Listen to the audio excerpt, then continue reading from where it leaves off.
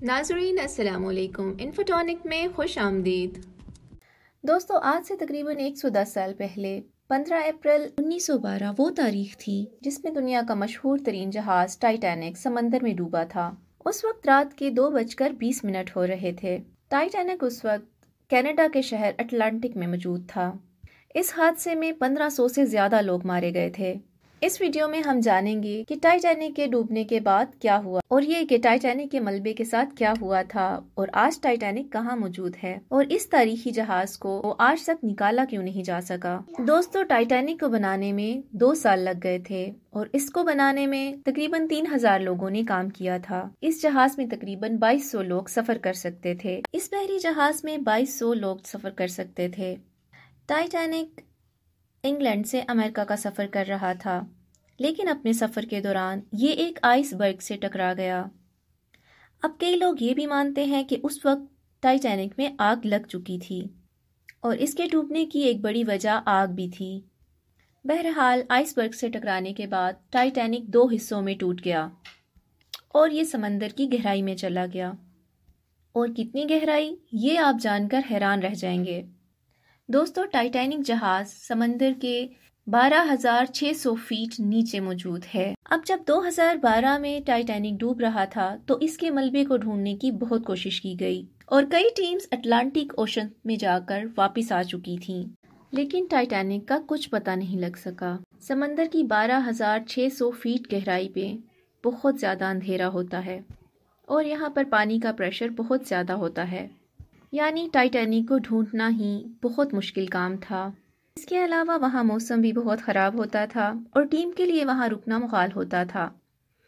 दोस्तों, इसी तरह 73 साल गुजर गए, यानी 73 ईयर्स, एक बहुत लंबा अरसा।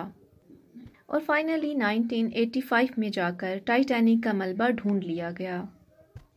इसके ढूंढने वाले इंसान का नाम रॉबर्ट बेराट था और क्योंकि टाइटैनिक डूबने से पहले 2 हिस्सों में टूट गया था और इसके 2 हिस्से समंदर में मौजूद थे और टाइटैनिक के दोनों हिस्से एक दूसरे से 2000 फीट दूर थे। और इसके ढूंढने के बाद रॉबर्ट बेराट ने कहा था कि मुझे मालूम है कि टाइटैनिक को कभी भी बाहर नहीं निकाला जा सकता। इसकी वजह हमें आगे जाकर पता चलती है। इसके बाद टाइटैनिक से 1800 चीज़ें निकालने का दावा भी किया गया, जिनमें कुर्सियां और घड़ियां वगैरह शामिल थीं। टाइटैनिक तारीख का एक अहम हिस्सा है, तो फिर आज तक इसके मलबे को बाहर क्यों नहीं निकाला गया।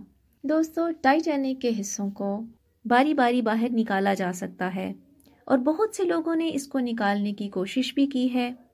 अब जबकि हमारे पास इतनी टेक्नोलॉजी मौजूद है कि हम समंदर की इतनी गहराई से चीज़ें निकाल सकते हैं, टाइटैनिक के मुख्तलिफ हिस्सों को बाहर क्यों नहीं निकाला गया। दोस्तों, इसकी एक सिंपल वजह यह है कि टाइटैनिक समंदर में तकरीबन ख़त्म हो चुका है। इसके बहुत से हिस्से जंग आलूद हो चुके हैं और इसके कई हिस्से समुंदर के 38 स्क्वायर किलोमीटर्स की गहराई में फैले हुए हैं। अगर ऊपर लाने की कोशिश भी की जाएगी तो इसके हिस्से टूट फूट जाएंगे।